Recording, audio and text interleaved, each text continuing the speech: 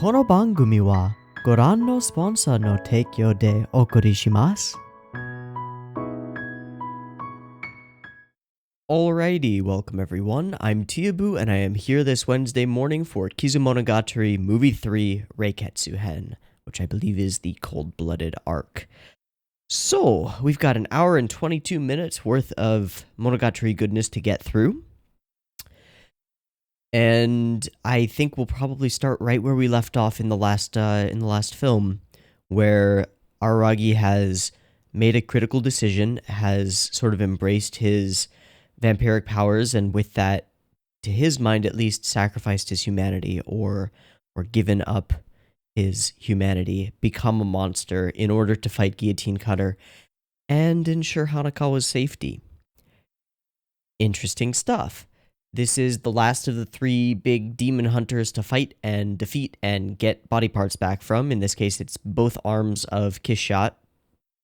And prediction-wise, I'm thinking he's going to do that, and then Kishot is not going to be very happy about something, and there's going to be some conflict directly between them.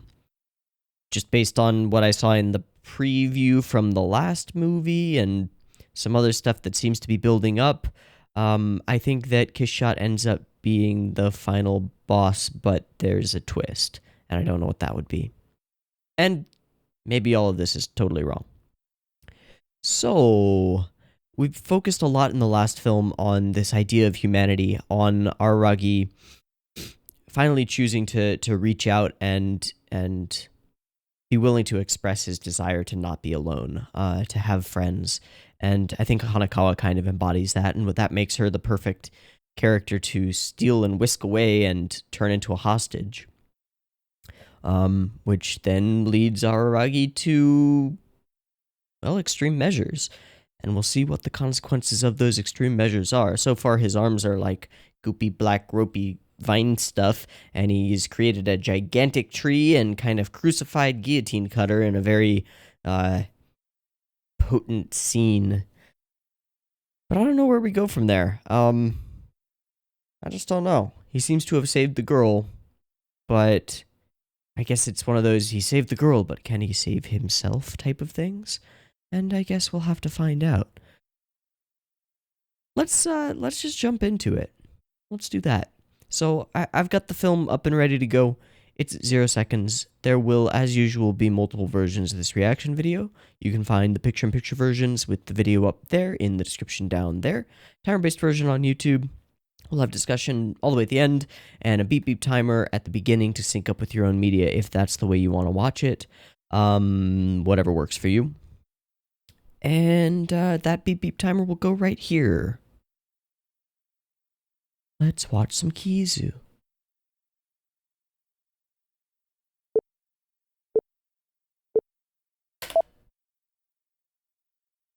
Okay. So here we are at the school. We've got color. Is this before? He seems really smug.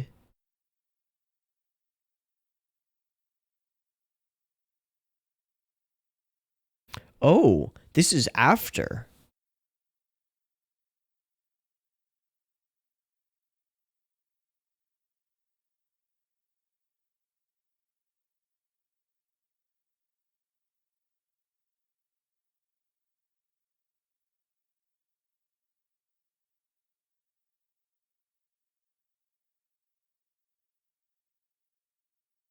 Work, self-interest, faith. Right.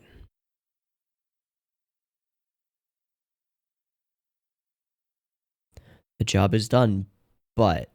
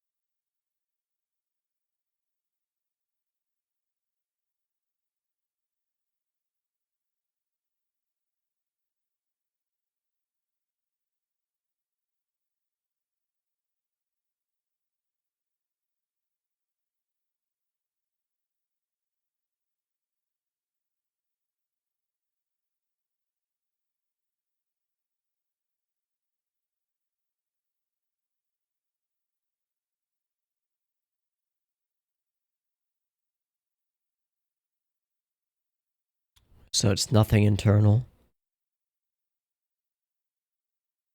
Yeah, it's pretty strange.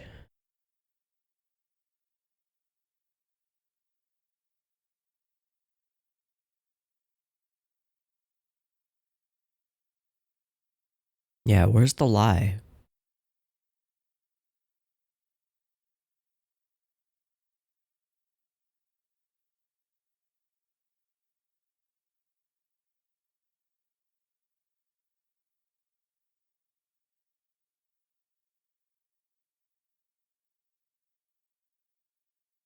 What is that?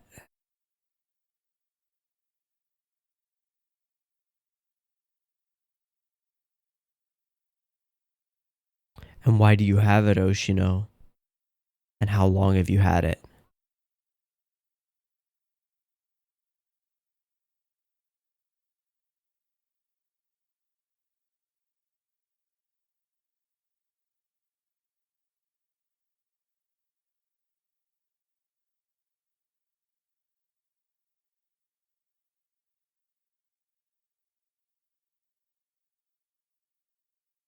I don't quite see, when was the heart taken from her? And by whom?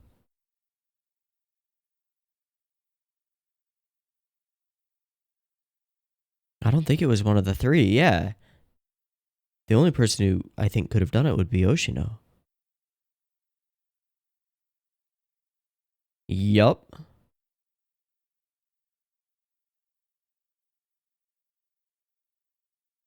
To what end?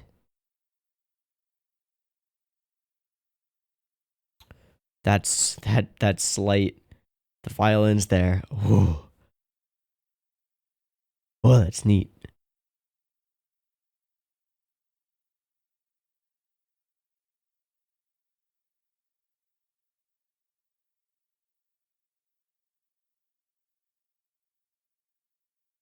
But why did you take the heart in the first place, Oshino? And now you've just given it over. Okay, so this all plays into Oshino's need to maintain balance. Wow.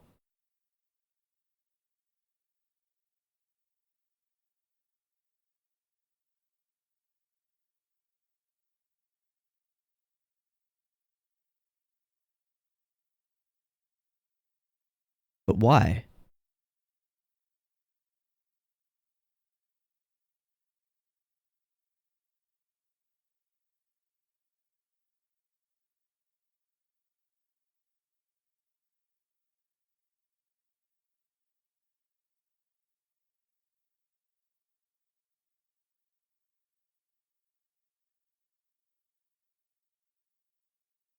Yo, explain!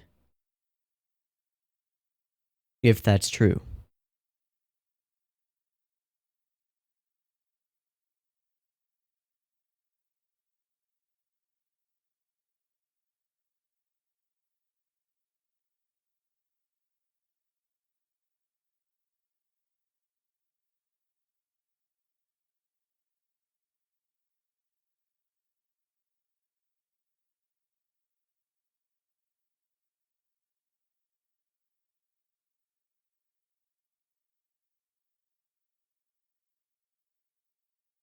Not that kind of hunger. Okay.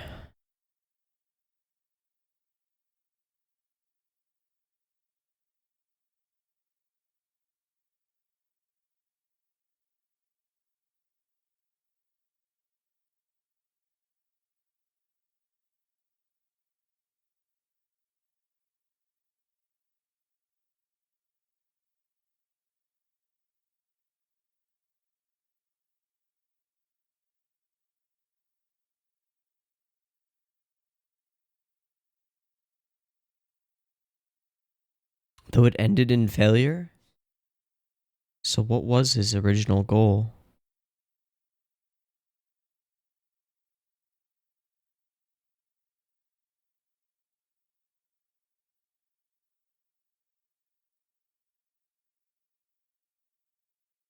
Ah.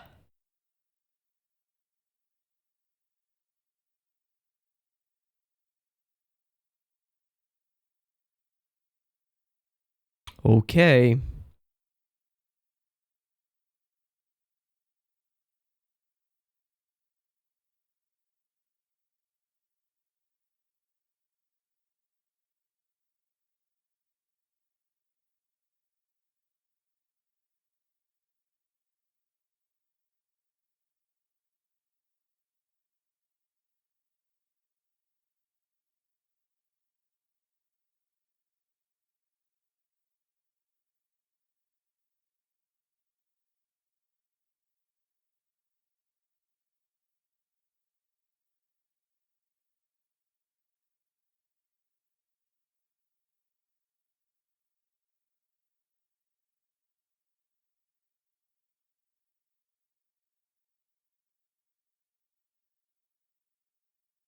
You don't want to know why he did that?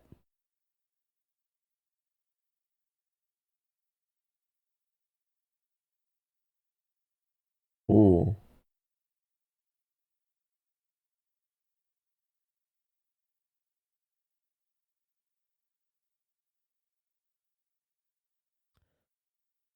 Okay, what you want to talk about?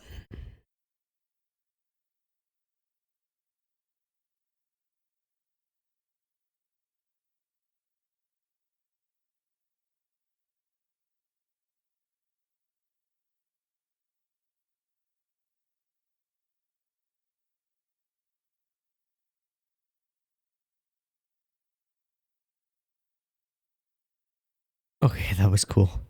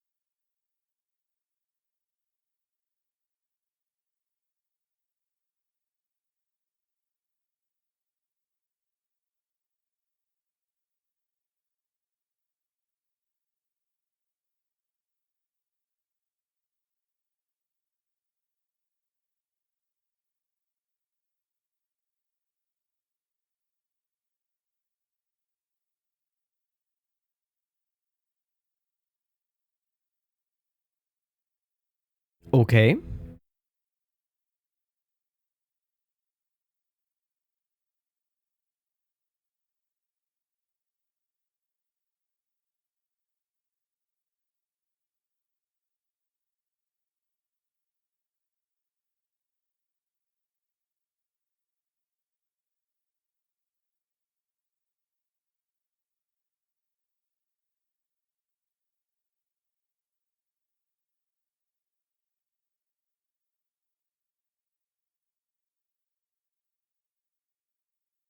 An ancient tale.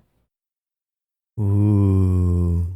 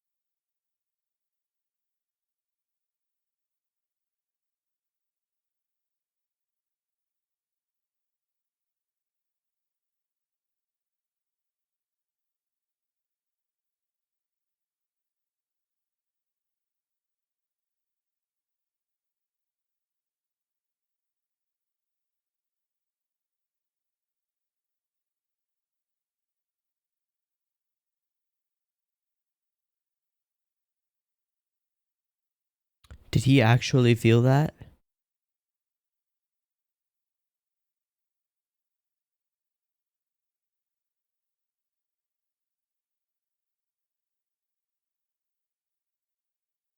Ha.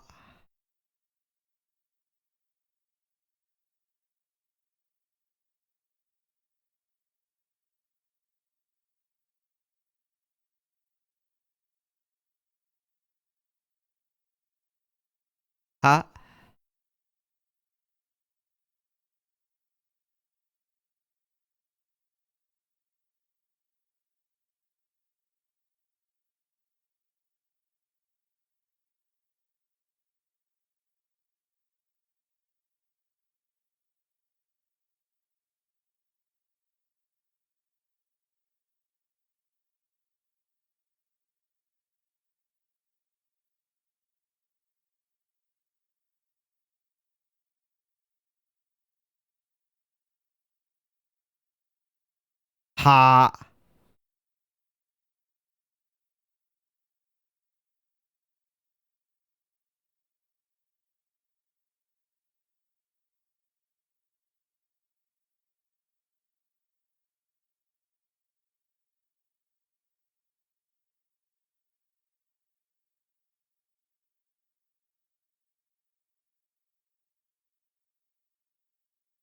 Hmm.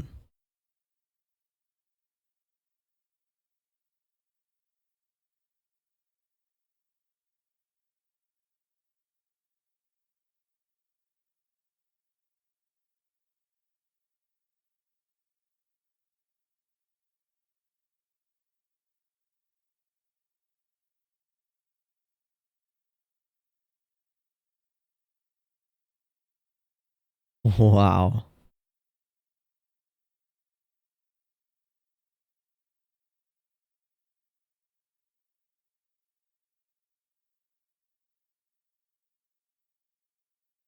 And to an extent, that explains her fervor in going out into the sun to pull him back.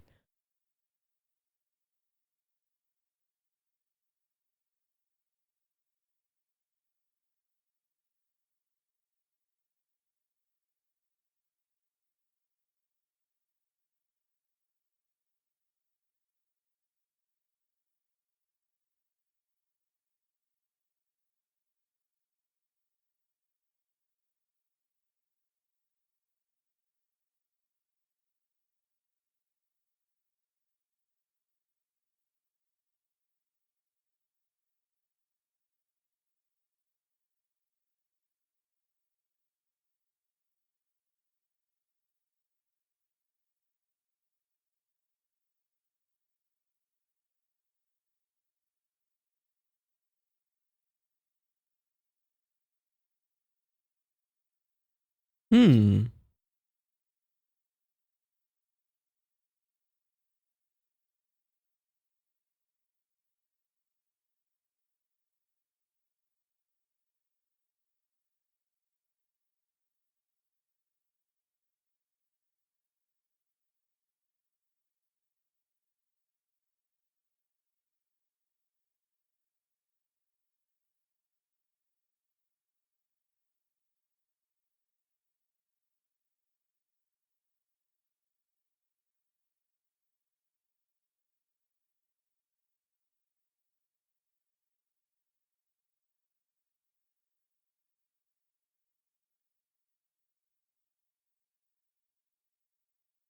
That's not unnerving.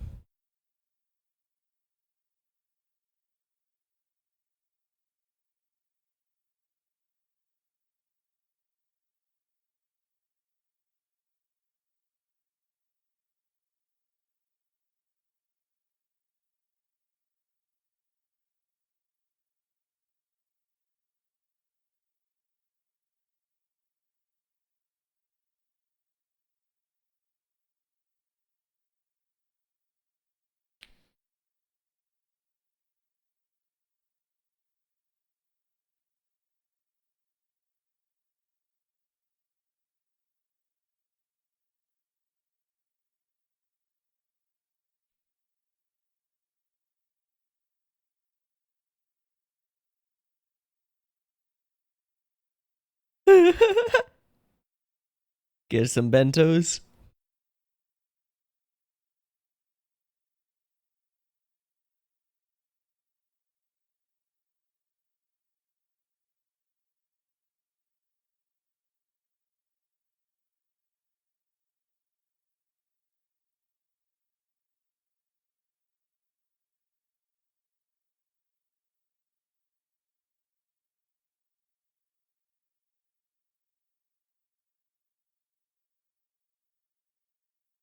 Do not trust.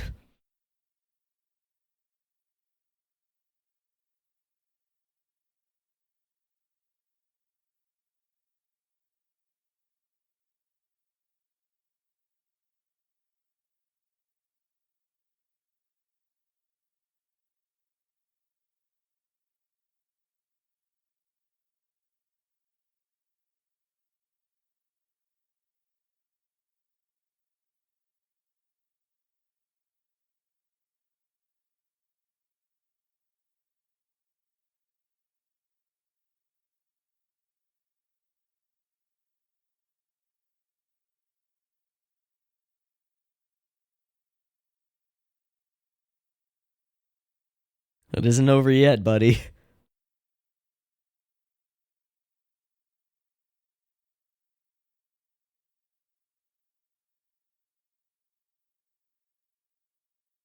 An idealized form. Yeah, all of them.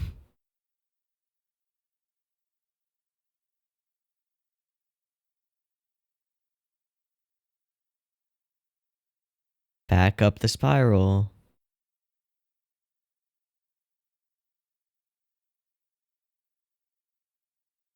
Alright, so what's gonna go terribly wrong?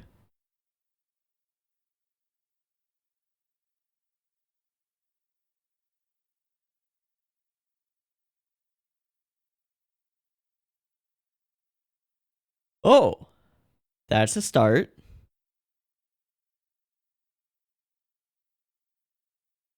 Is this part of preparation? And is that guillotine cutter?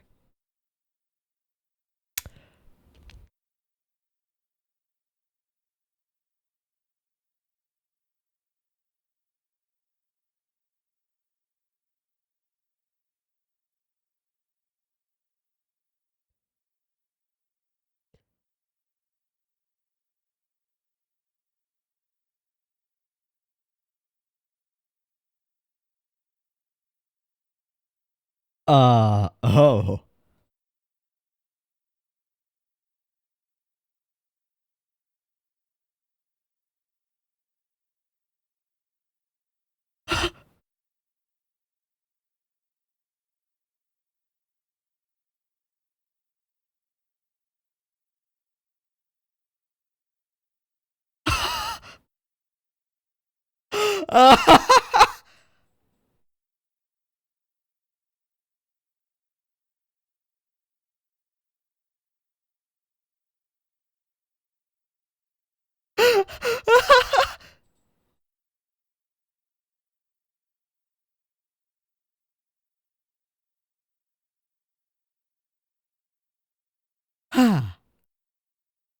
That portable food, eh?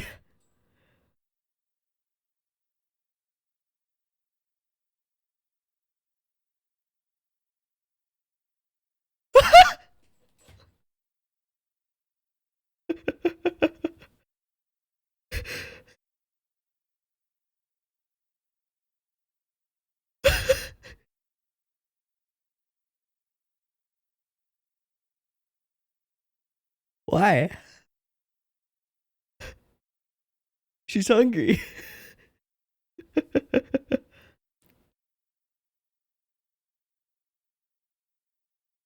Yeah.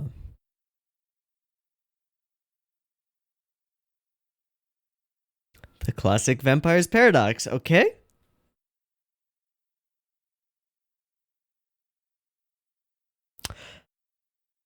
So, okay.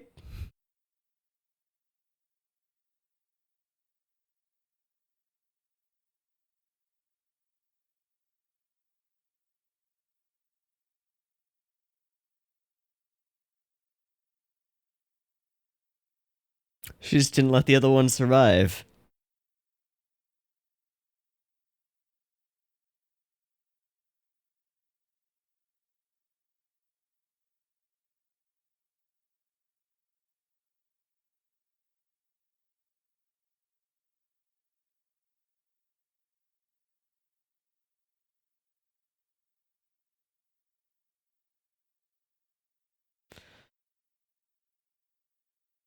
Well, that was a big question that I had, and now it's been answered. Okay.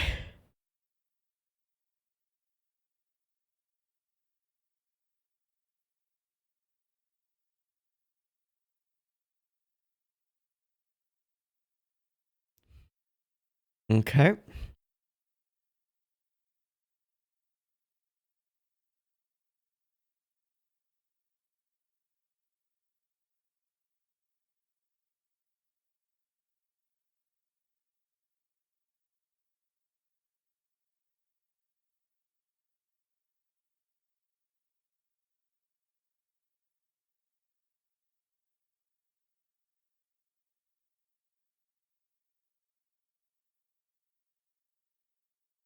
The cross of light there. Ooh.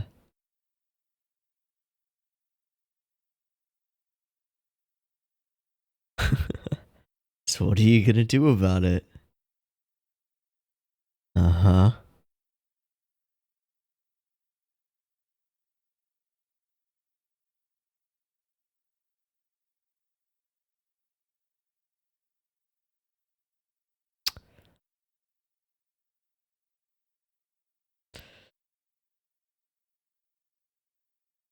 Hanakawa sandwich.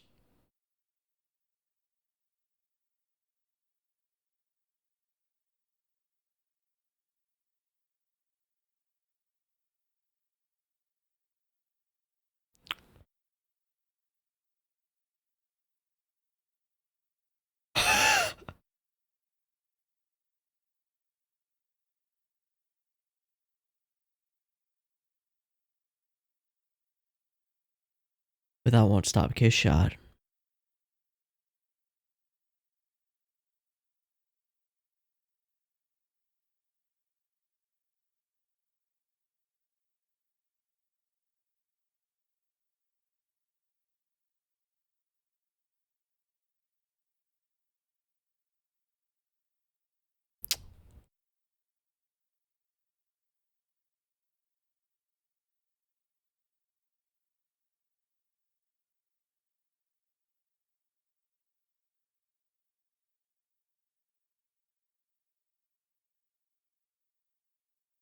Is it back?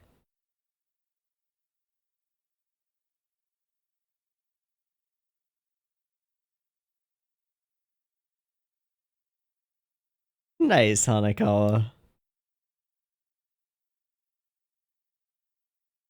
Still able to reach out. Okay. Huh?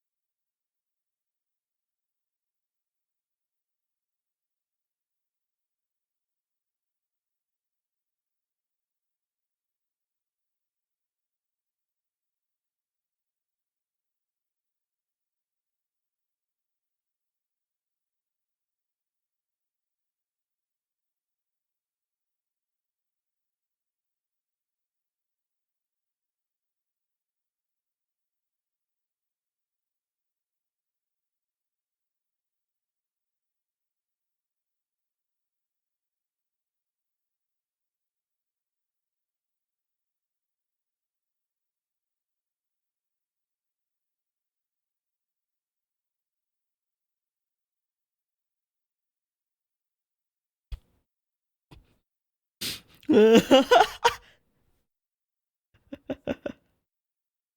think she does. I think she got you.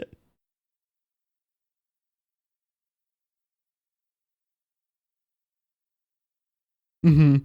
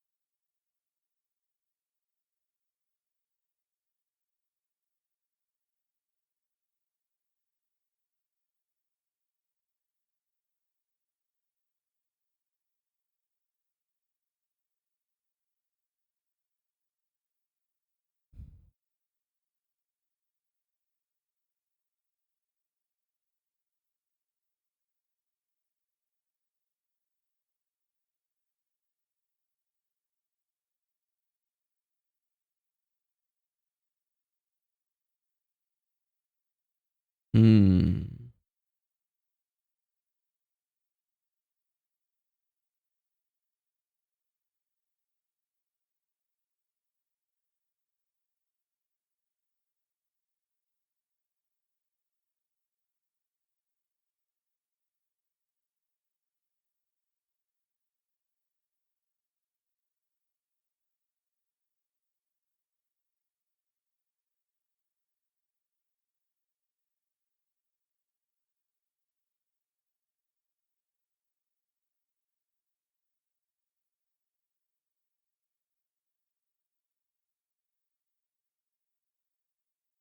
Hmm. Hmm. Hmm.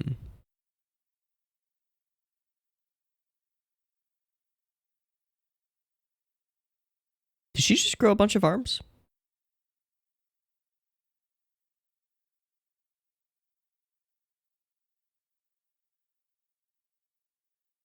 But you won't be fixing them.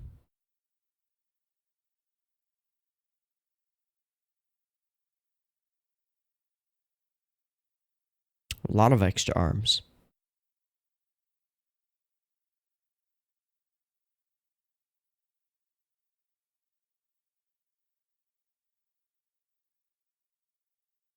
Okay. Full power kiss shot.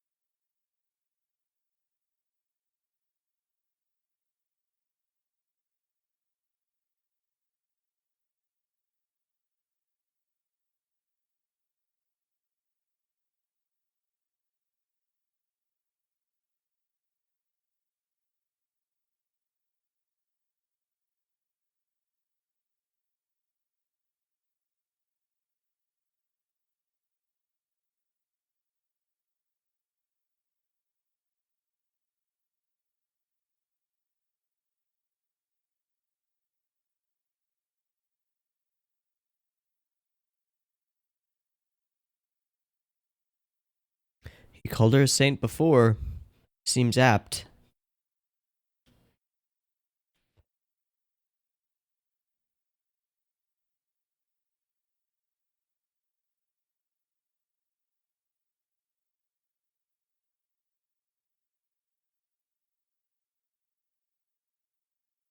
Oh, she know.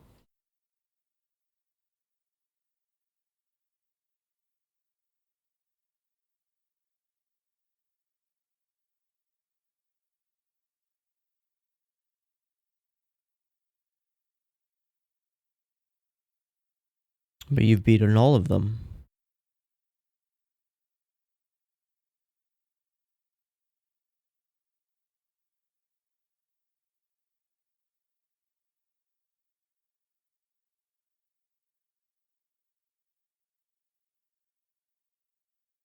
But you're going to try anyway, aren't you?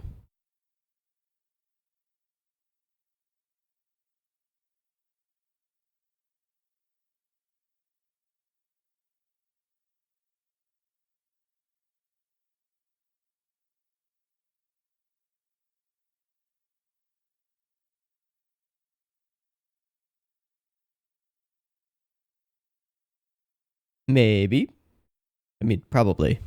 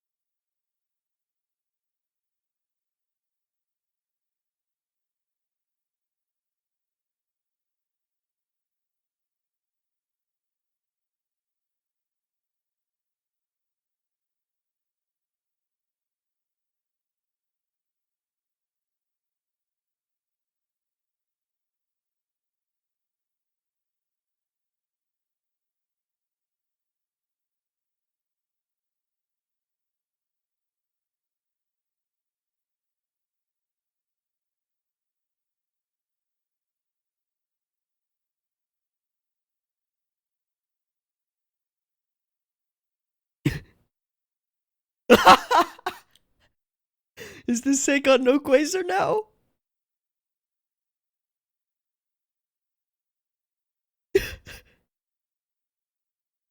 Yeah, good question.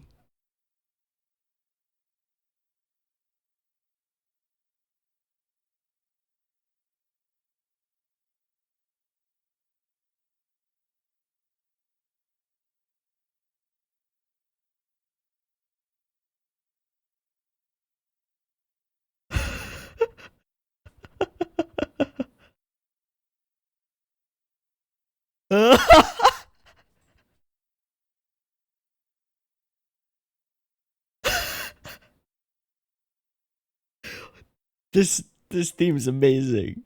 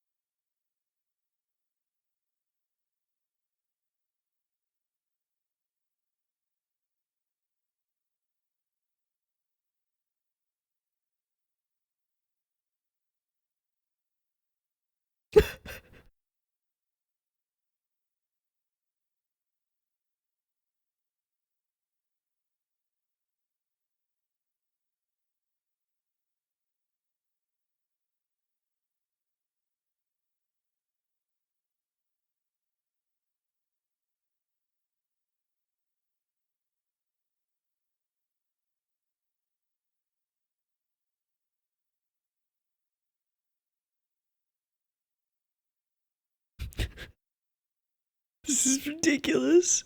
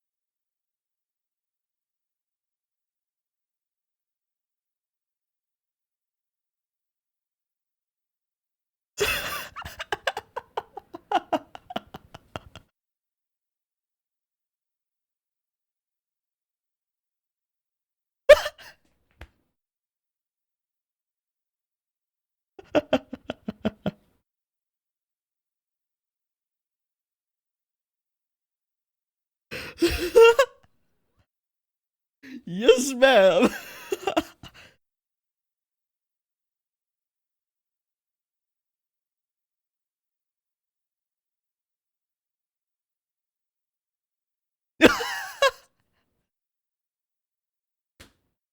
I'm sure it does.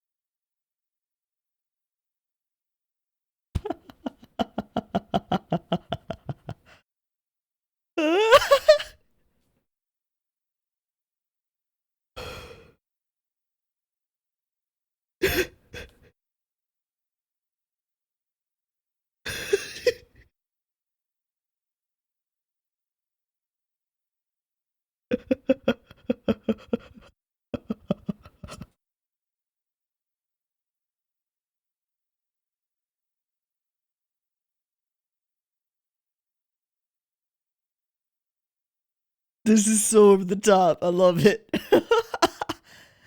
Oh, call back to the dramaturgy fight. And it's kinky now.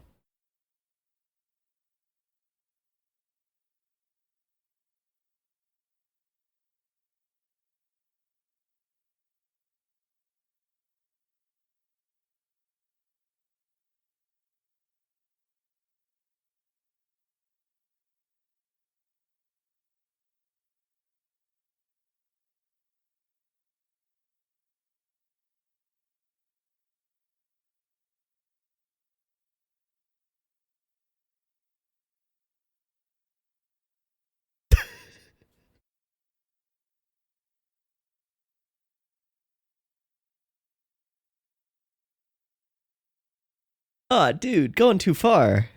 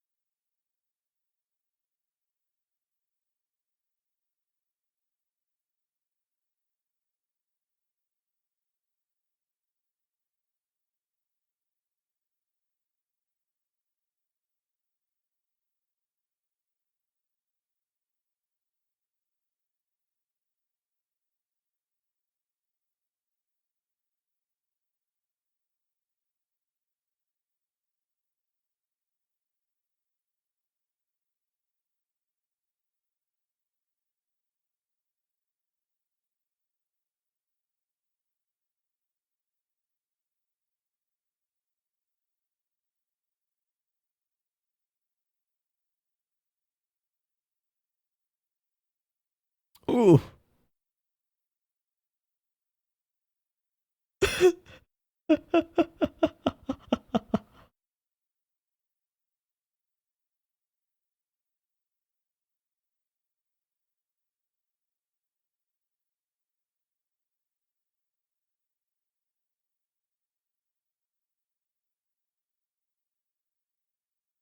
What an insane build up and then subversion. What the hell?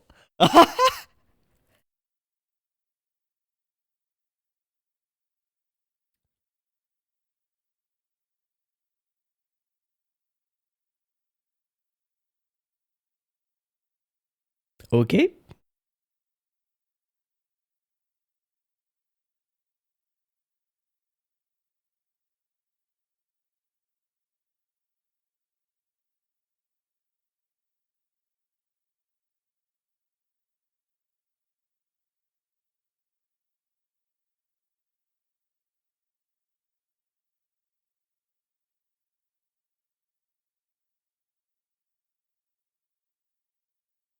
There we go.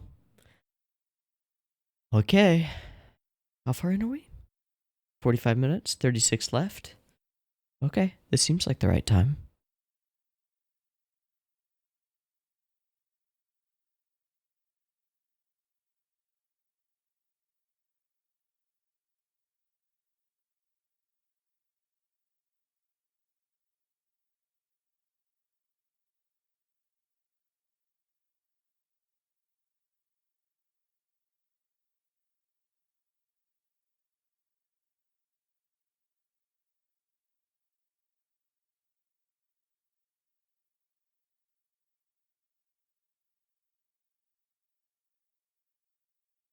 Did you?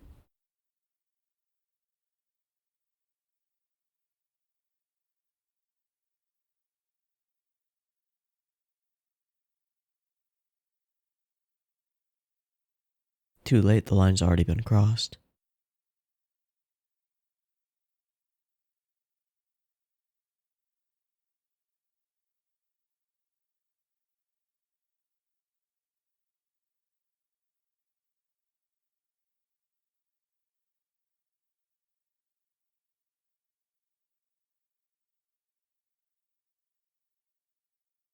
Very much join me and we can rule the universe together as father and son.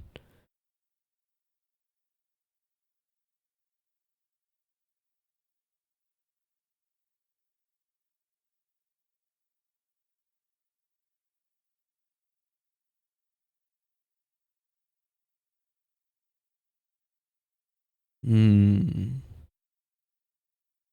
Hmm.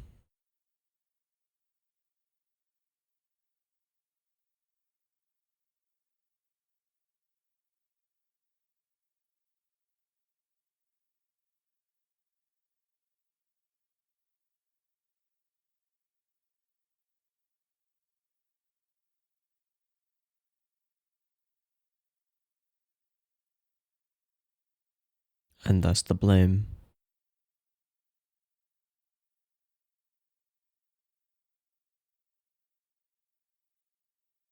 Ooh.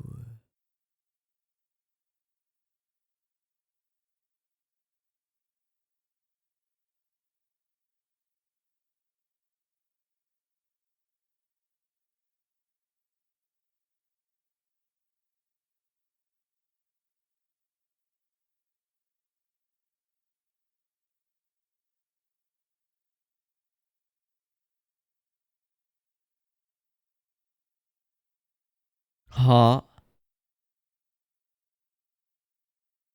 Huh?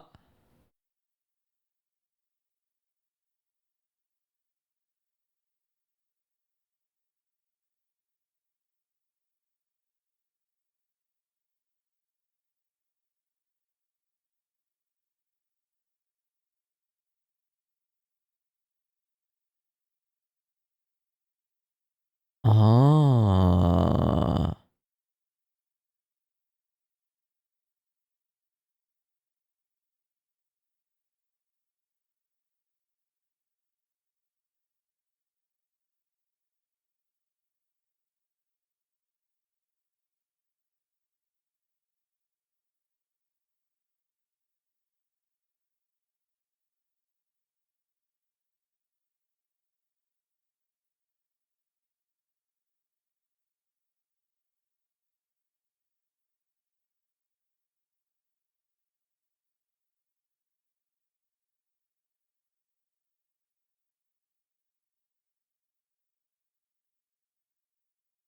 About to pull the blade.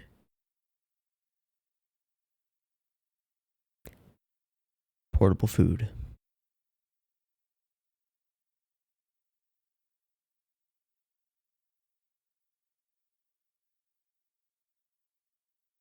All right.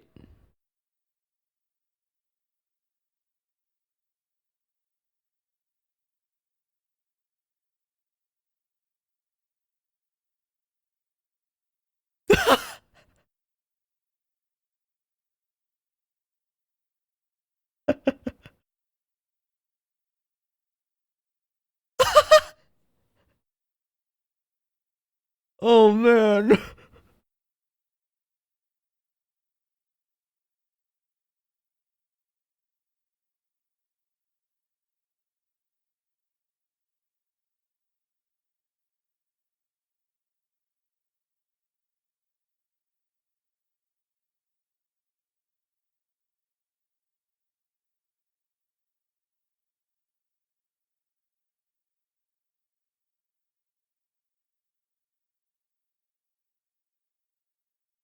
Eye for an eye, a tooth for a tooth, and a vampire for a vampire.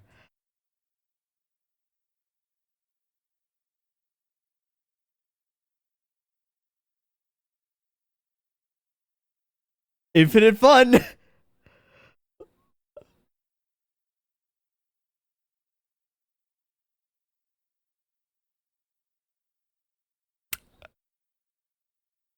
I suppose.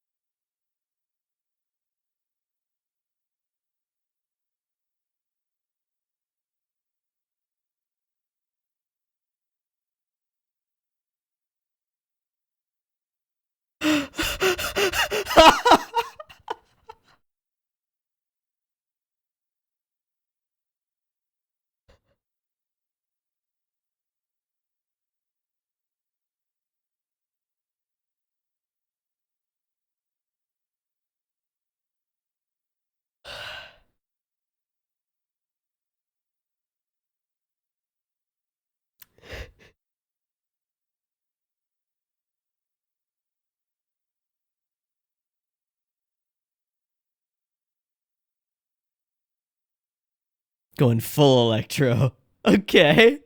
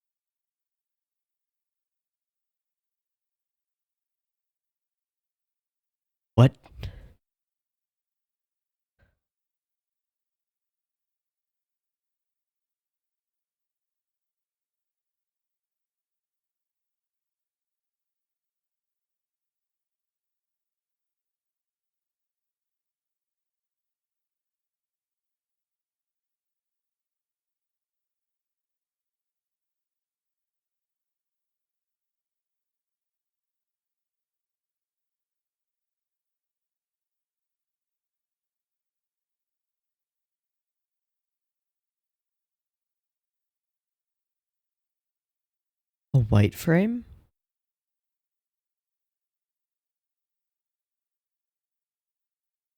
She hasn't pulled the sword yet.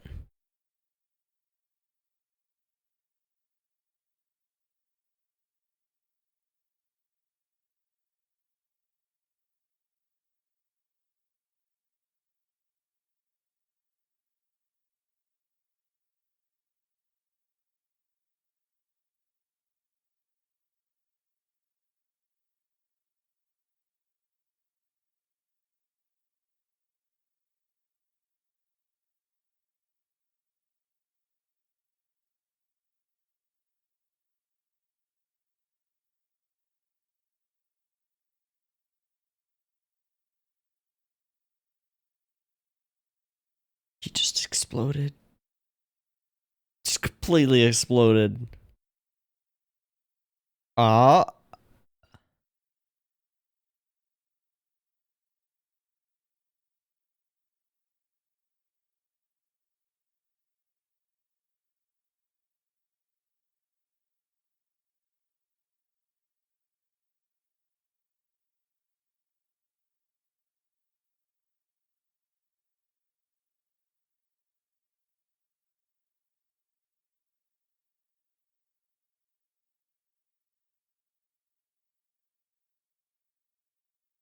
Becoming the shinobu that we met in Bake?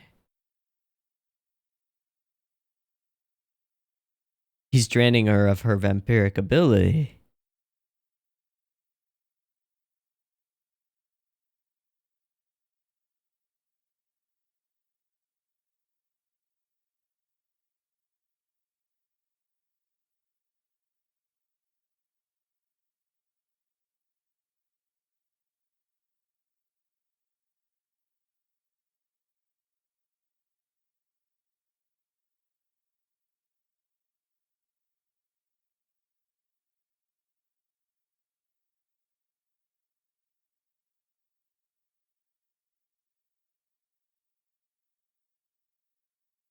Kinda.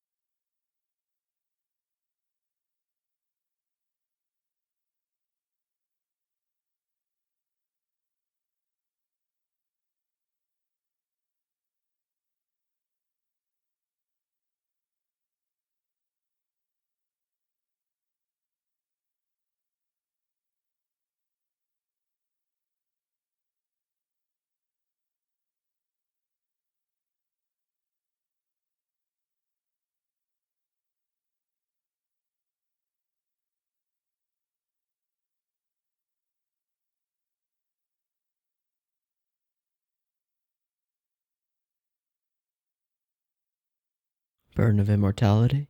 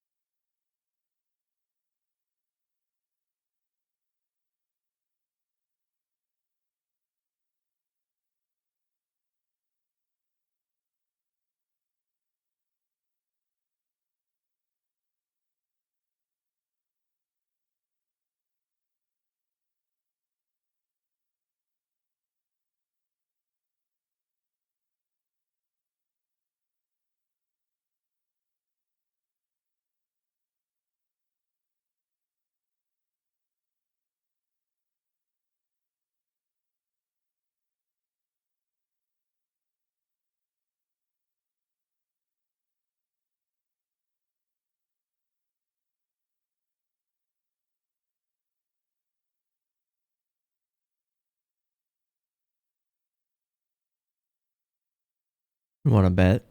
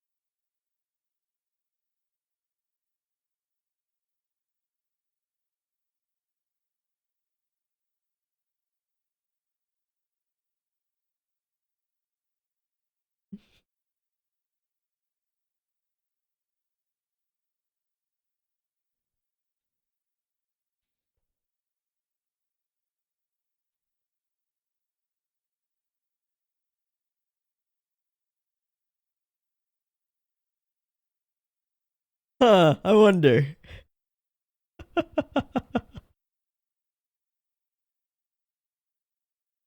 Something good happen? Yeah.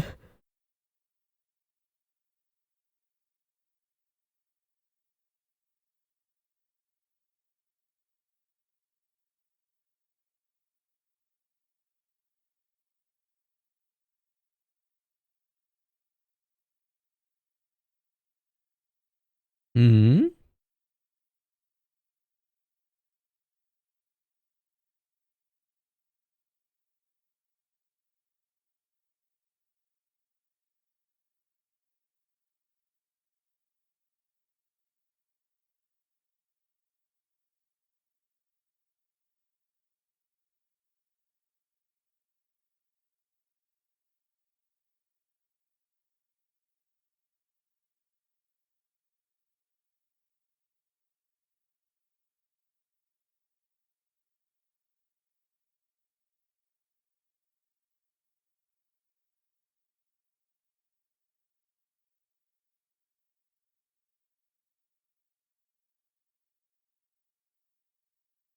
You tell me, man.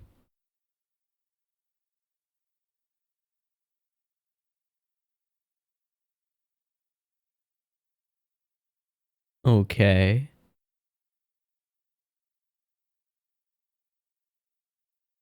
Remove her ability to be a vampire. Okay.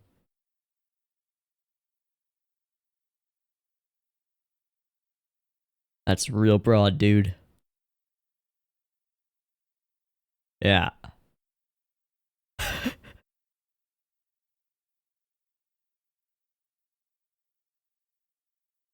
No such thing as a pure happy ending. But we can come to some kind of compromise.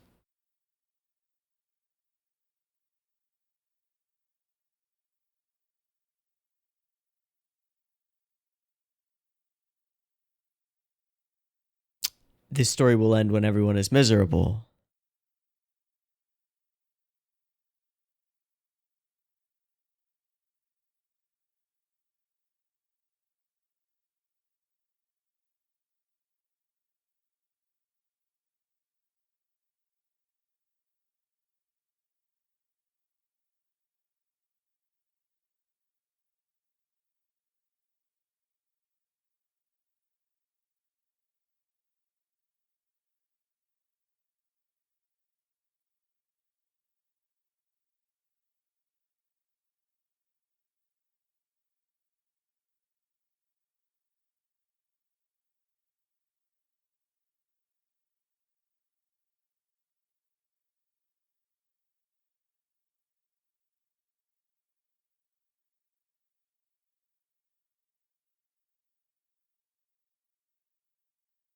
Hmm.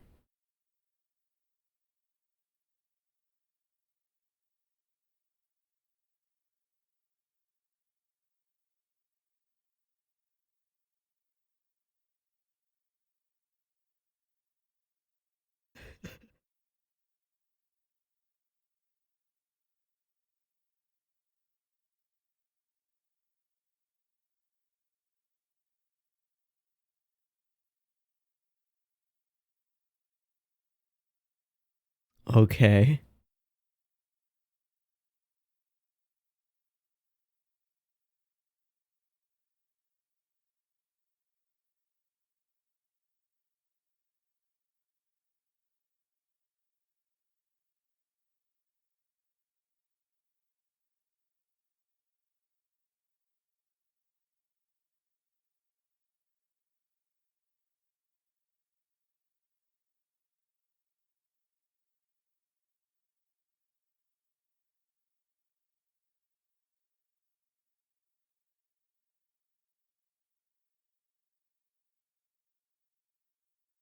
I don't think you're gonna get the choice.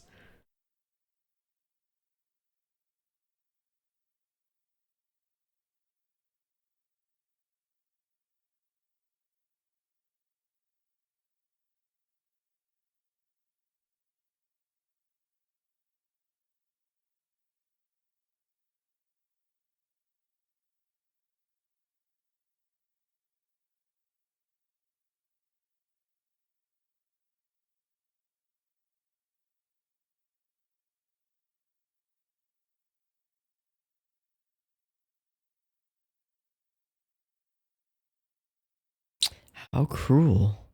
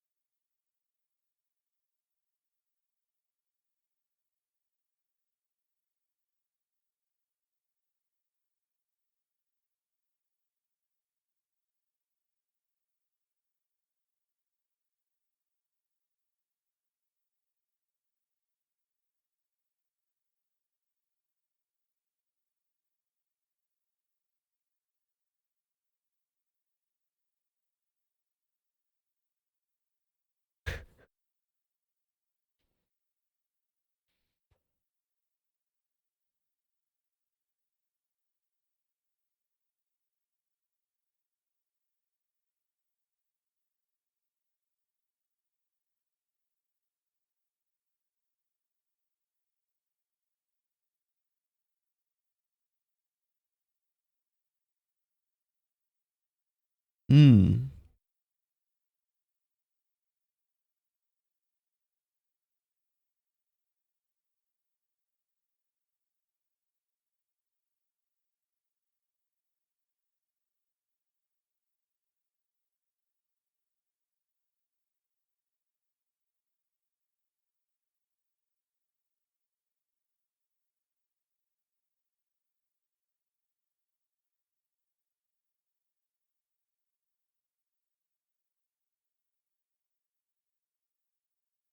And there's the shinobu that we know, and he has to feed her.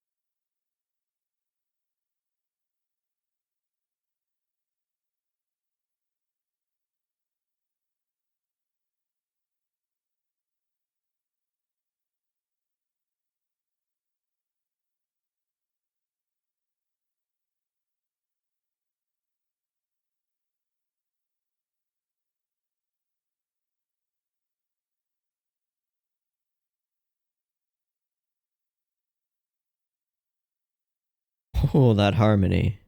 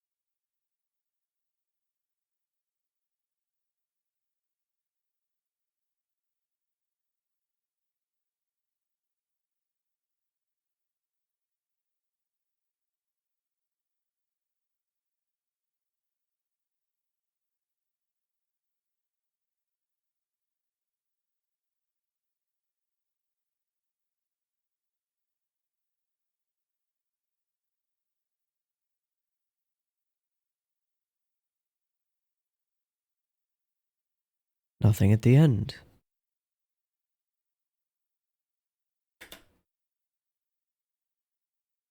Okay. Well, that was interesting. Some really striking scenes here. Scenes and sequences. As I have in the last couple of movies, I'm going to take a break and let this simmer and go through it, compile my thoughts, and try to hit you with a concise discussion. So I'll cut here and I'll see you in a bit. All right, let's talk about this movie. So in the about hour that I just took to write some stuff out, I got an email from YouTube. It's only 2 months late, but my channel's back. Which means this video can go up on the main channel, and I'll start putting stuff up there. Oh, that's so great. In any case, that's kind of a distraction. So a whole bunch of stuff happens in this film. I talked at length in the last movie about how it functions almost entirely as a self-contained second act without any of the exposition that makes up the first act or the climactic resolution that makes up the third act. And this film, as the third in the series, really does serve as the third act as a whole, with the twist in the third act, the everything, everything. And I think it functions really well as a nice resolution to the story. It's also stylistically really kind of fun. There's this incredible goofiness to the fights that manages to sort of hold the line between serious, crazy, superpowered fighting and the crazy side of that, which is that it's ridiculous and silly and goofy. And this film somehow manages to go all in on the insanity while still allowing the fight scene to feel like tense and like there are stakes here. Um there's a lot of individual stuff going on in this film, and because it is centered on the resolution, centered on the outcome, I think that's where I want to start and where I want to start looking at this film. Because up until this movie, with the exception of a couple of little conversations between Araragi and Oshino, the goal was pretty clear. Get Kishot all her stuff back, and then Araragi can become a human. But there are wrinkles to that, and those, to me, serve as the twist in the act. The thing which turns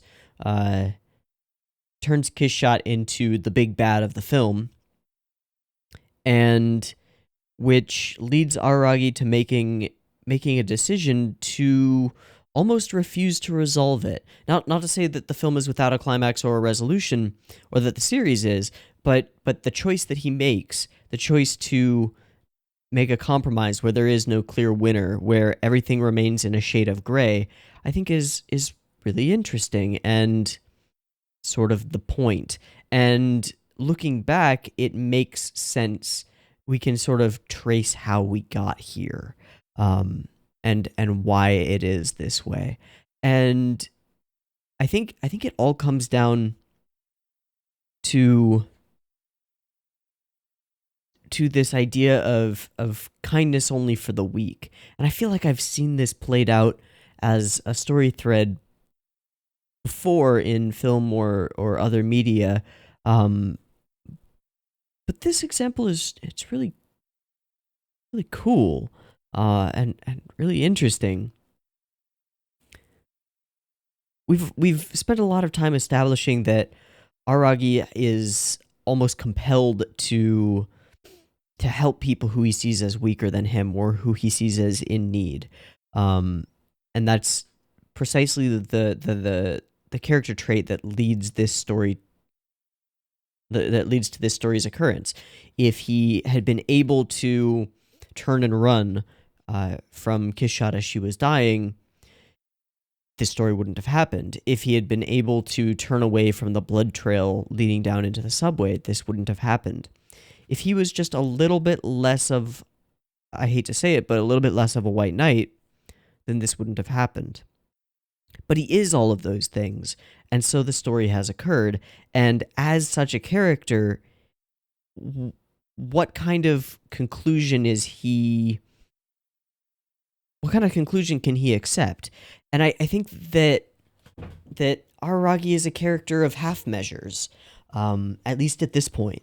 He's a character who would rather leave things unfinished and sort of wavering than take a really strong stand on anything and potentially create like real enemies. Because by the end,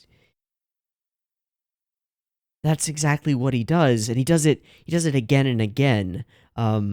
He does it with the relationship with Hanakawa, and I it's almost like a failure to commit or a reluctance to commit to an individual person or to a worldview or anything. But at the same time, it's hypocritical because there is a clear worldview that Araragi embodies, one of helping the weak. But that falls apart when it's revealed that the weak character who he was helping is now strong and threatens him. It's okay. I need more time. I thought I had this, but I don't. Fuck. All right, I'm gonna cut again. Okay, here's a question for you. Why does Araragi back down from Hanakawa's willingness. This is a big scene that a lot of screen time, a lot of boob jiggle animation, a lot of emphasis is put onto. This sort of take on the TV Tropes calls it the pre-climax climax scene, where before the final battle, the hero and the love interest bang. And it happens all the time in heroic films and stuff like that. And it's not always explicit or anything like that. But here we have all of the setup for it. But then our main character, with this beautiful and willing girl, they are both interested in each other sexually and more, as far as I can tell. At least that's how I read it. She essentially offers herself to him and even says, like, I was prepared to go all the way here on a freaking mat in a sports shed. And he wants to, but then he doesn't. Why not? I think one reading that I tentatively agree with is that Araragi sees Hanakawa as too perfect, too much of a saint, and that perhaps by being with her, he would spoil her in some way, make a mark upon her purity. Because she is that. She is sort of symbolically super pure. There's the way that she's shot throughout that scene is almost angelic. And this idea of her as nearly an angel, as a perfect partner, is, I think, pretty thoroughly established, at least. So then why? Well, as I said, that's maybe one reading, that he doesn't see himself as worthy. And I think that's a fair reading, but I also think it's something else too. There's something else here, and I'm not sure I can put my finger on it, but I'm damn well gonna try. I don't think Araragi is capable or mature enough to commit to something that he wants. I think that makes him very human. But it's a flaw. Absolutely. Where was I going with this? I was going to tie that into how at the end he chooses a resolution where nothing is resolved and everything is left hanging, where he descends into the subway, finds this sort of damsel in distress, this vampire on the edge of her existence, offers himself willing to die to her. He's entirely willing to sacrifice himself to make a stand and save her, not knowing what the consequences or anything like that would be. And that makes me think of almost a sort of a Pandora's box type of situation where he opens this and releases this vampire into the world and then continues to act in order to make her whole once more. But then the consequences of that, everything floats out of the box, and the world is in chaos now. There's now a vampire, something that he can't stomach, a vampire who eats people, who goes further than he expected, something that he should have foreseen, but because he didn't, he took the actions that he did. But she questions that at the end. She questions, if you had known, would you really have let me die? And I can't say one way or the other about Araragi, but I get the feeling that he wouldn't have been able to help himself regardless. That he really did know, and as he said, he just wanted to avert his gaze, and he wanted to do the right thing without really considering what that would be. The line, and I think it's one of the best lines in the film, and I don't know what to make of it. It's just sunk in and it's interesting, and it's going to be rolling around in my skull for a little while. The actions that I took were beautiful, but they weren't right. Like, it's almost meta. It's almost fourth wall breaking, as though Nishio Isin is saying, the actions that Araragi takes here set up this beautiful story, but they aren't the right actions for him as a character, so he has to deal with that consequence moving forward.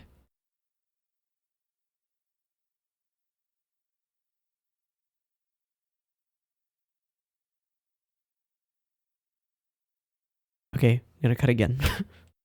Okay, here's a thought. The entire film feels split, divided, hypocritical, even. And I feel like it's deeply intentional. The way that the final fight scene is shot, the way that the animation functions is ridiculous. But it manages to straddle the boundary between absolute parody and still being a serious conflict with serious stakes. How does it do that? And why? I don't actually have an answer. I just wanted to pose the question. Okay, I'm going to go back to looking through the movie and coming up with more stupid thoughts. Here's a thought. Even if we consider Kishot the big bad or the final antagonist of the film, she isn't really evil in any way. These things aren't so clear cut. It's very much like the oddities as discussed in Bakemonogatari. They just act as they act. They are what they are. They're animals, essentially, and so are people. They don't necessarily have grand evil schemes or anything like that. Kishot's need to feed, her need to eat, is just a bodily function, the same way that human hunger is. Or desire for sexual encounters. And I think that that's a pretty clear thematic tie. The hunger and it is frequently not juxtaposed, but paired with or put in parallel with Aragi's sexual desires toward Hanakawa. So it's just that Araragi can't stomach the results of these actions, the deaths of people. But there's a sadness to the way that Kishot goes about doing this, as though her consumption of the flesh afterward isn't necessary for her feeding. It's that she after losing her first minion, she deeply desires to not go through that again. It seems to be implied that what the vampire actually needs for nutrition is just to suck the blood. But if you leave a corpse after that, then they will become a vampire and lead to, well, a new relationship for the sire vampire, one that could cause that vampire pain. And so she seems to choose the pain of devouring and destroying what remains. I don't know where that's going. I think my favorite section of this film is between 45 minutes and 50 minutes, which in the ordered chapter version that I'm watching is titled Hypocrisy. And it's a really rather short section, all things considered. I mean, the section before it, Breasts, is about twice the length.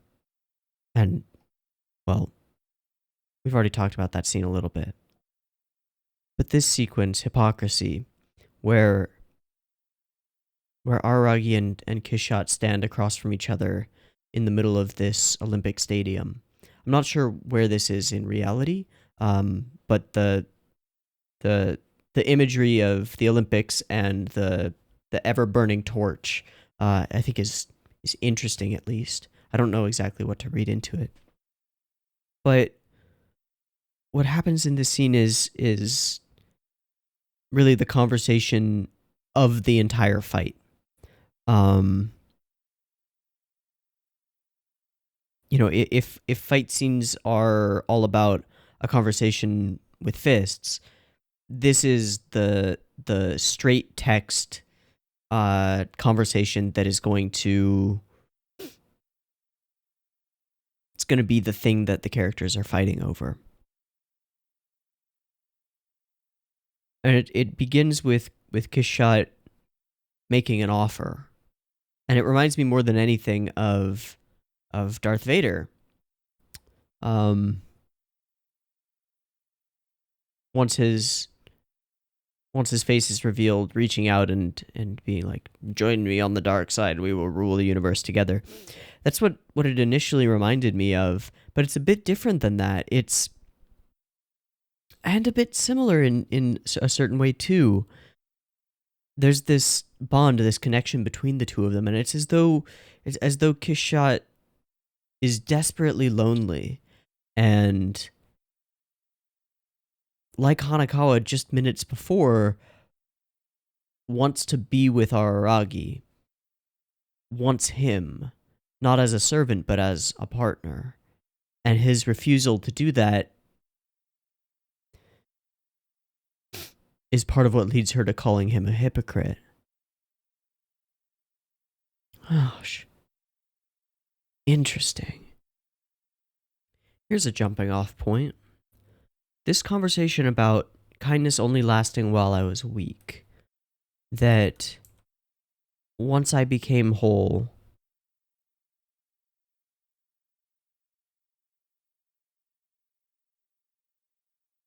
you would care for me no longer. Creates a bit of a paradox.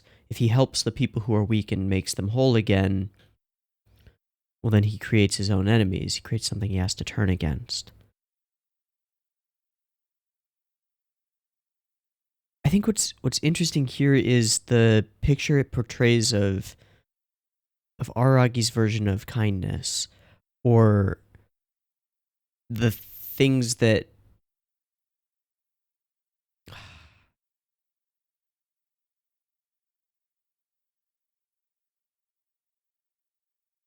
how do I put this?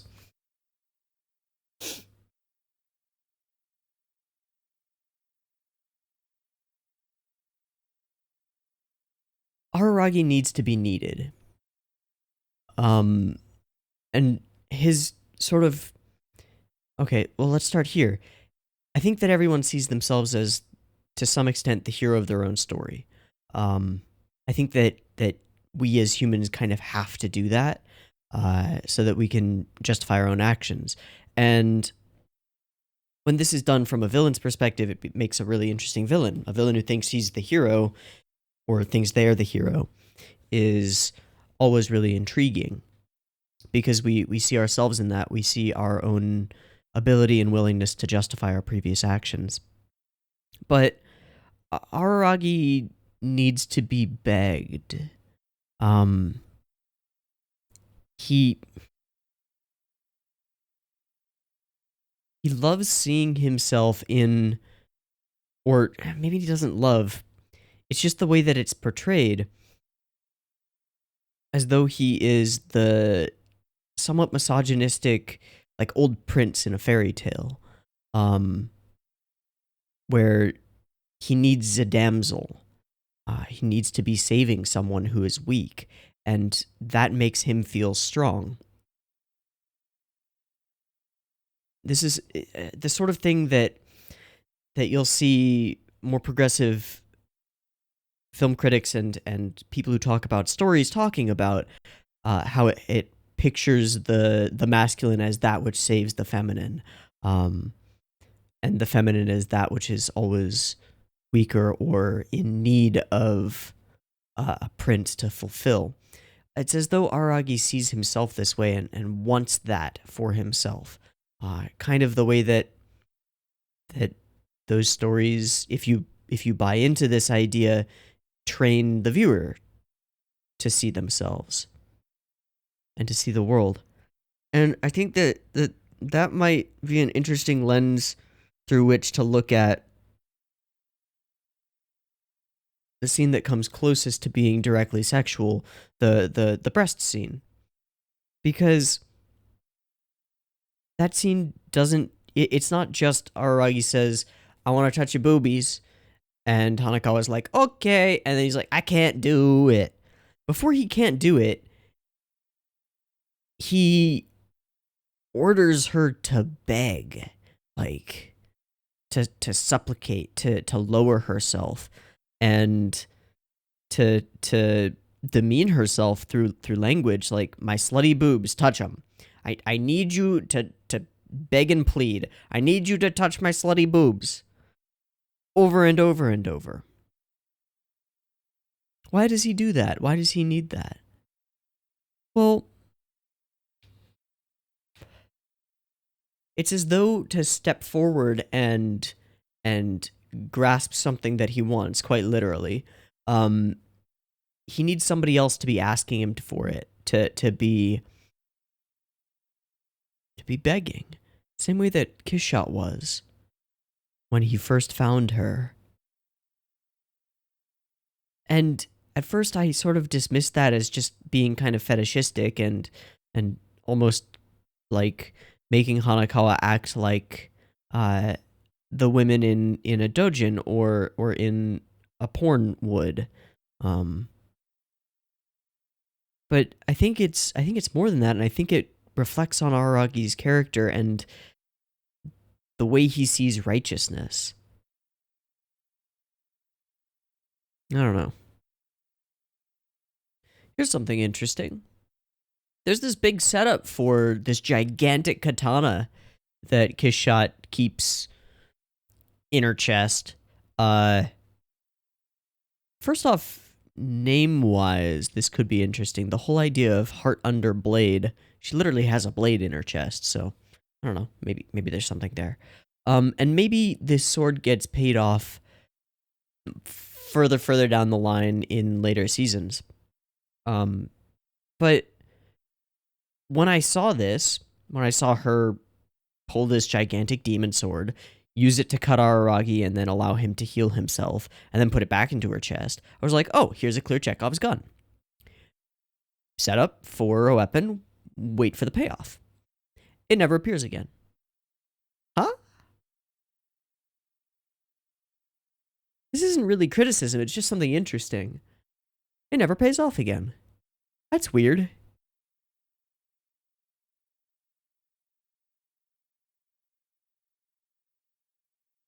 There's also something visceral and painful about the way the sword kind of figures into the story of the sword's origin and the story of Kishot's first and previous minion.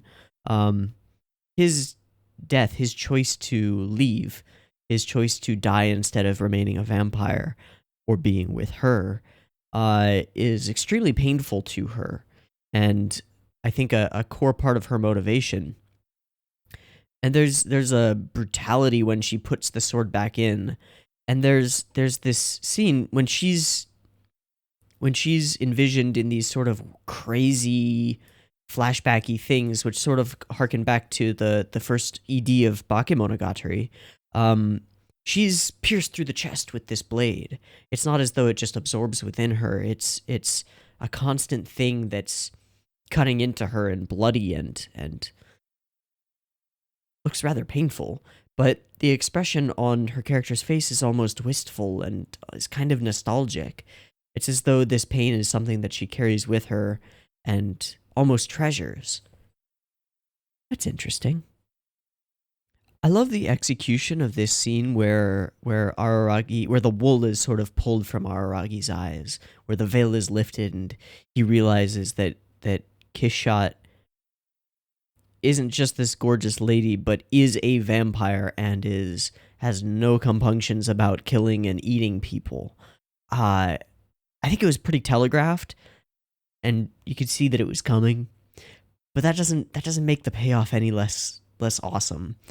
This is coming right after they've had this awesome conversation on the roof where they end up sort of laughing together and having a great time, and it's almost unnerving how much fun they're having. And he walks away, and Kishot is glowing, angelic, and beautiful.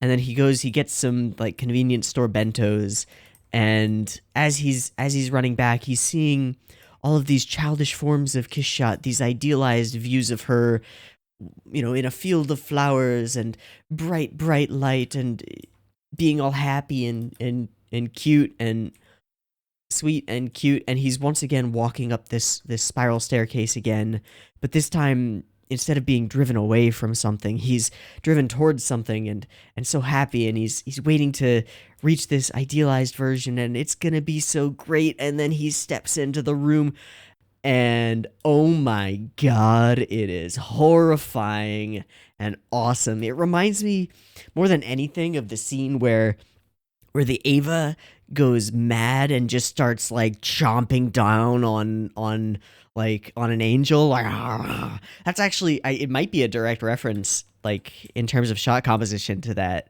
but I don't think so. Either way, it's super effective. And she comes up, and she's still beautiful, and she walks forward into the light and smears blood across her face, and he just shatters. He just shatters. And the first depiction of this is this ridiculous CG head, which is like, it's so goofy, and so it so doesn't fit with the aesthetic of the rest of the scene, that I think some people were probably like, that's so dumb. But that's the point. That's the point. It doesn't fit because there's now a contradiction that Araki was not prepared to handle at all between this beautiful image of Kiss Shot and the gorgeous scenery and this horrible brutality that's almost unreal. And so it's depicted that way, and I think this is brilliant imagery. and just the way that it sort of swings around goofily, and he just shatters. And then she takes it a step further. Did you not bring that bespectacled, braided, portable food? And he's like, oh shit, she wasn't talking about convenience store bentos. She meant Hanakawa, this person who I've been trying to protect this whole time, who I've grown to care about. Oh, oops. And then...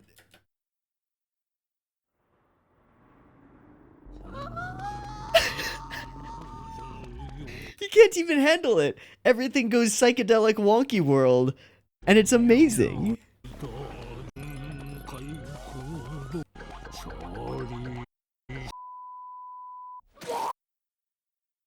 And it eventually leads to so bad it just becomes a censorship bleep and him puking his guts out. Freaking amazing. And then we come from that and to with his scream still in the background, she makes the most amazing like one-line joke. I'd heard that priests taste unholy, but this is divine.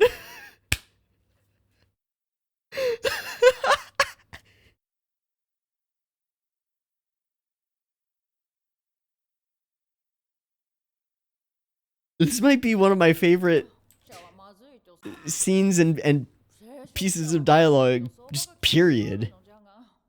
Not just in this film, but period.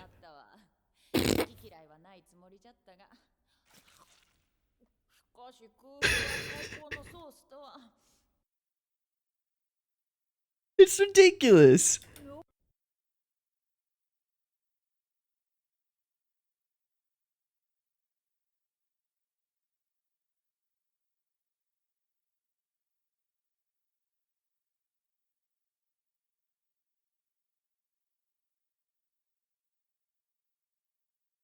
There's a selfishness in the way that Araragi sees responsibility.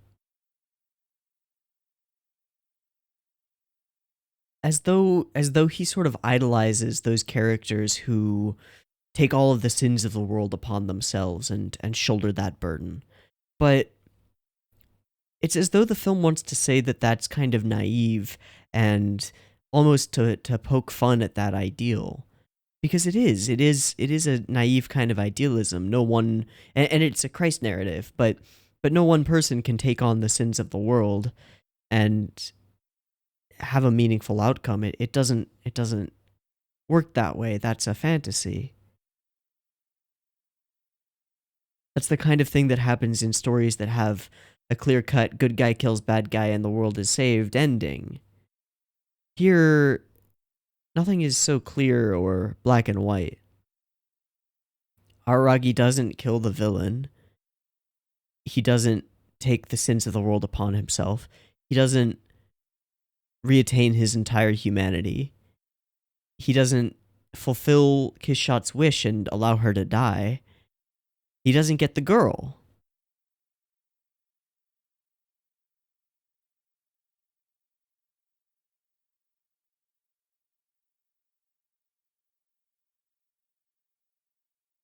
There's no clear victory. And indeed, the story ends when everyone is miserable and he chooses that outcome.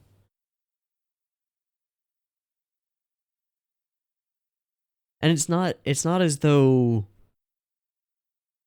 the film seems to be trying to say, like, he chooses that outcome and this is the message and that's the way that we should live.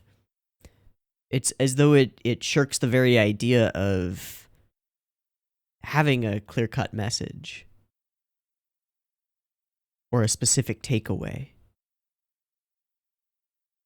That's kind of awesome.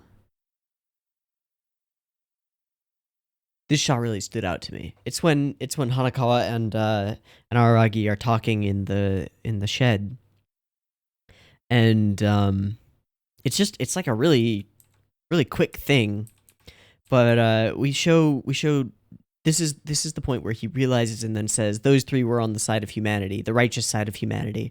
Oh shit, I fucked up. So we see all of them standing straight up, and Araragi has been pictured standing straight up, right side up, throughout.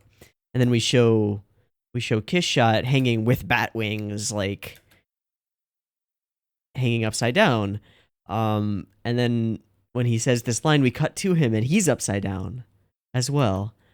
And then she's right side up, also glowing. She's glowing throughout this scene. Very angelic. I think that's kind of cool. Doing a sort of a match cut. It's not really, but matching the orientation of the frame between Kishot and Araragi. It's just cool visual storytelling.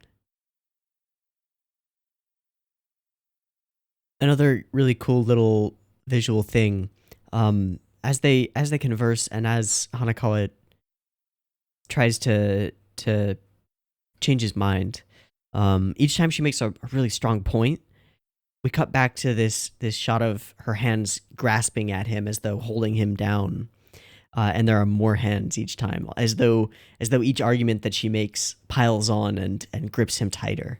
It's kind of cool. Okay, I want to talk about two things in the fight itself. One is the incredible slapstick and really kind of awesome visual comedy of these two ridiculously over superpowered entities just like slapping body parts off of each other, literally slapping his face off and turning him into a skull. Heads will roll, very literally, all over the place. Just like insane quantities of heads rolling.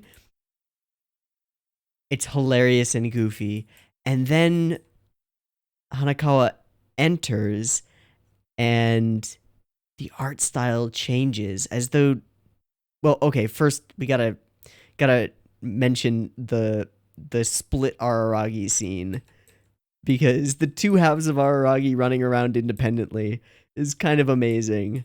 Where is it?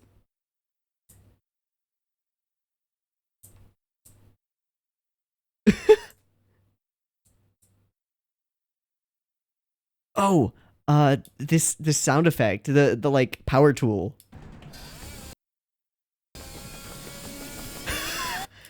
Freaking incredible. Okay, where does the split half Araragi come in? Oh, okay. It's sort of the timeline isn't quite what I thought it was. So she throws him and the two halves of his body just sort of part.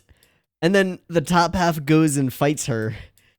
And the bottom half is just sort of running around. Like, we have this amazingly executed, really dope, impactful fight. Sort of the it's like a play on old kung fu movies, old martial arts movies. And we're kept in this state of is this serious or is this humor as the disembodied legs just sort of run past. So awesome. And I completely buy the physics of him running around on his hands. I mean, this is ridiculous. But it's also a really effective sight gag, and I love it.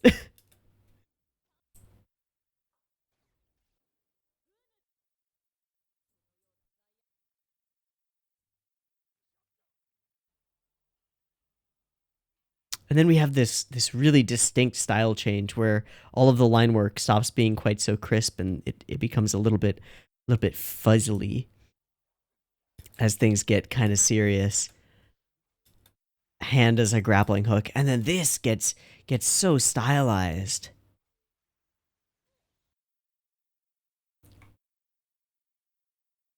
And color just sort of blends into itself. Makes this climactic part of the fight just super unique.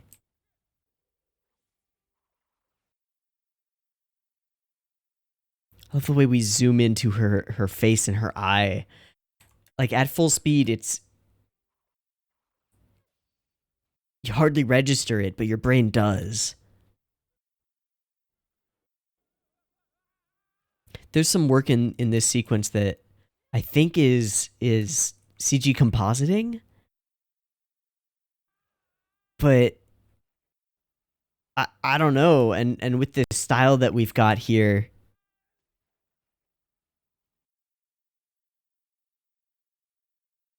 I feel like this has to be an animator switch.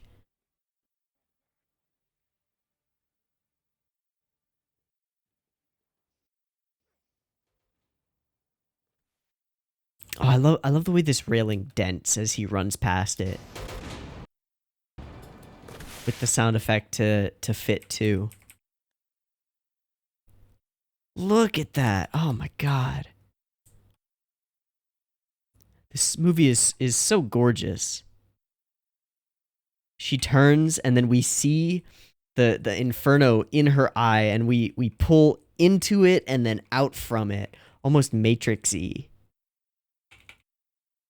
And he's this spinning mess in front of a fireball and ends up burying his head between her tits, which is how he wins. Wins.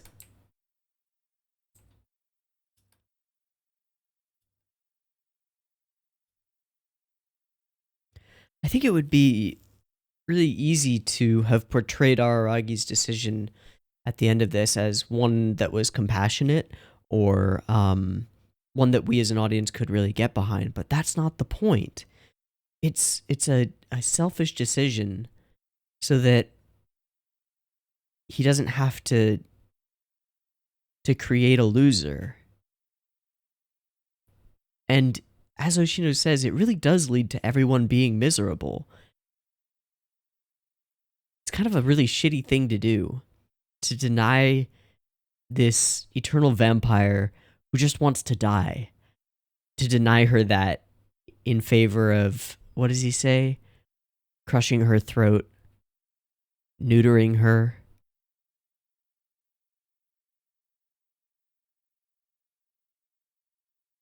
Dulling her teeth and cutting off her claws.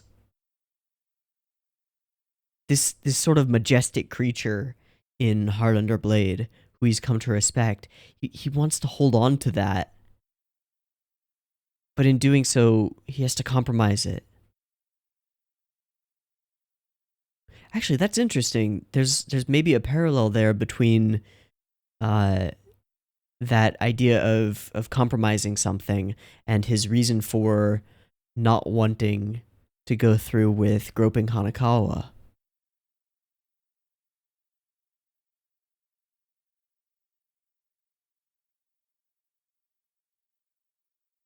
So then why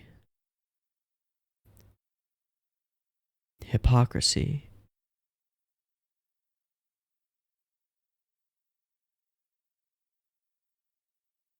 I was going to say, why is he willing to do that to Kiss Shot and not to Hanakawa? I think the justification that he would give would be that, well, she eats people. Because that seems to be his one strong moral stance.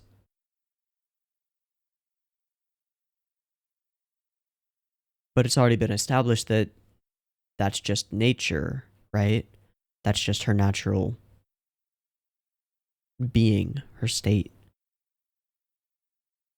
It's not as though I can think of a better answer or a solution where everyone does end up happy, or that I would prefer it to be any other way. I think it's interesting how intentionally bad the final decision ends up being for everyone.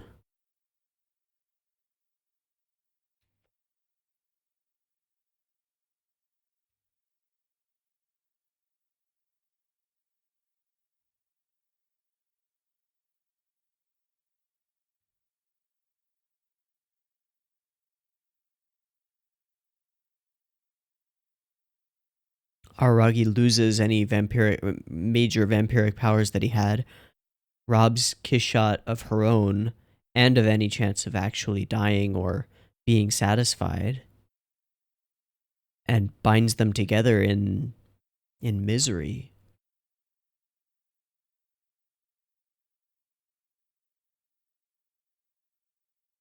That's really unique, if nothing else. I think it is something else. It's really awesome. But it's a really unique way to choose to end this piece of the story.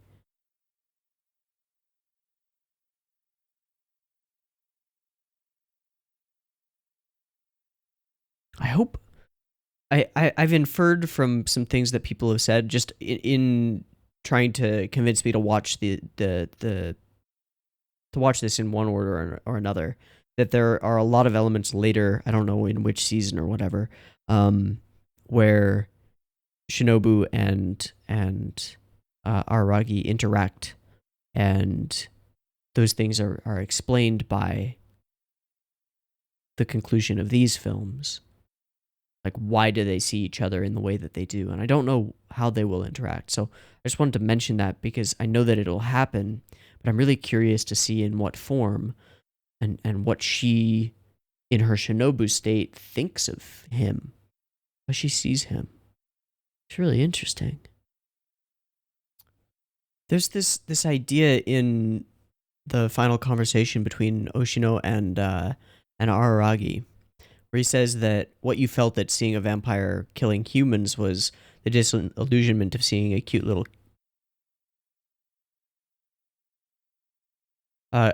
cat eat a mouse.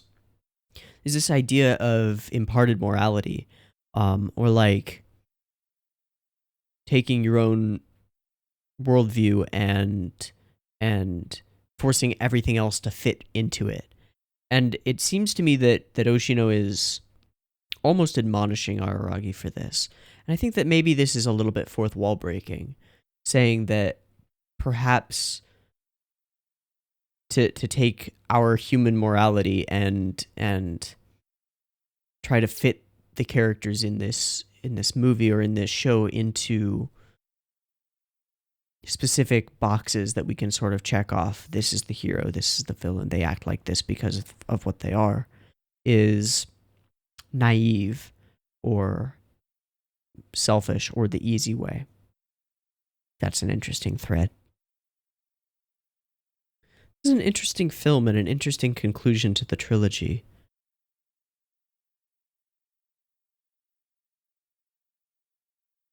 To say a few words about the whole experience of Kizu,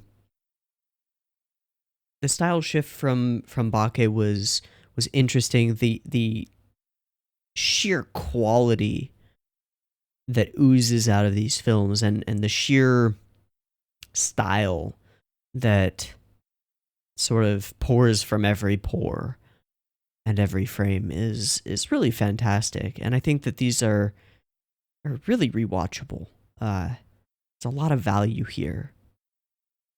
The story itself is interesting. It has to bow to the overall story of the Monogatari series, and gains some things from that and loses some things from that. I think that's just the nature of prequels.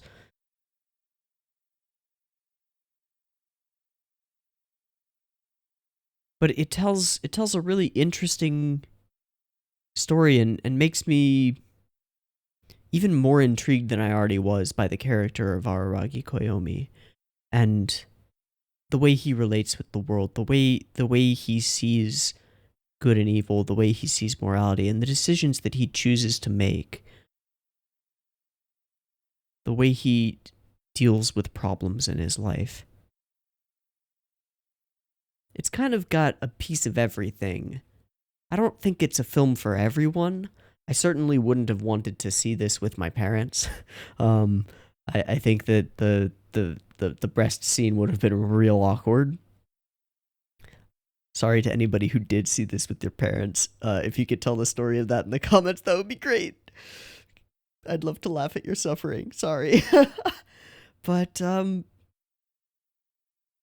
overall, this is just kind of an amazing piece of work. A piece of artistry. It pushes the boundaries in terms of animation technology in unique and interesting ways, and not just for the sake of doing it, like more photorealistic backgrounds. It does it with purpose, and uses its technology and its the staff's grasp of the visual medium to really execute amazingly well on what it's trying to get across. I think at some point when I have time, what's that? I might want to go back and just rewatch all three films in one sitting. Just like power through them as though they're one giant thing. I mean, it would only be like 3.5 hours. That's not so bad. Because I think that I might have lost something by waiting a week in between them. Just given the way that a structure like this sort of flows from one part into the other. I think that would be a good exercise to just watch the whole thing and pretend that there are no credits at the end, you know, pretend it's all one film. You know, sort of like the novel.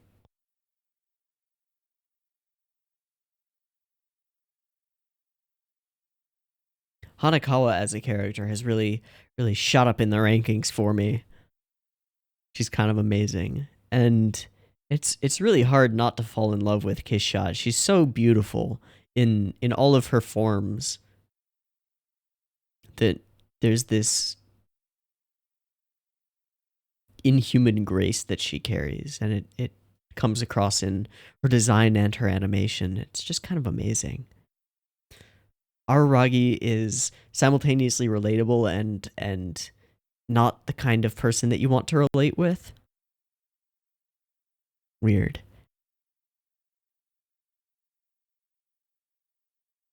Oshino continues to be mysterious and extremely powerful and super awesome. I still don't really understand why he stole her heart at the beginning, but he did.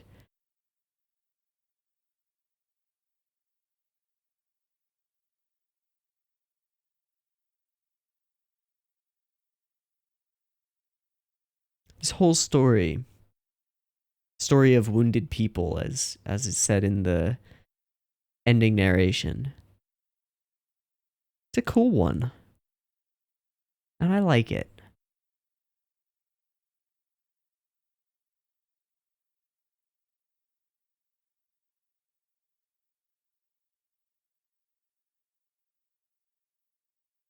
That seems like a good place to end.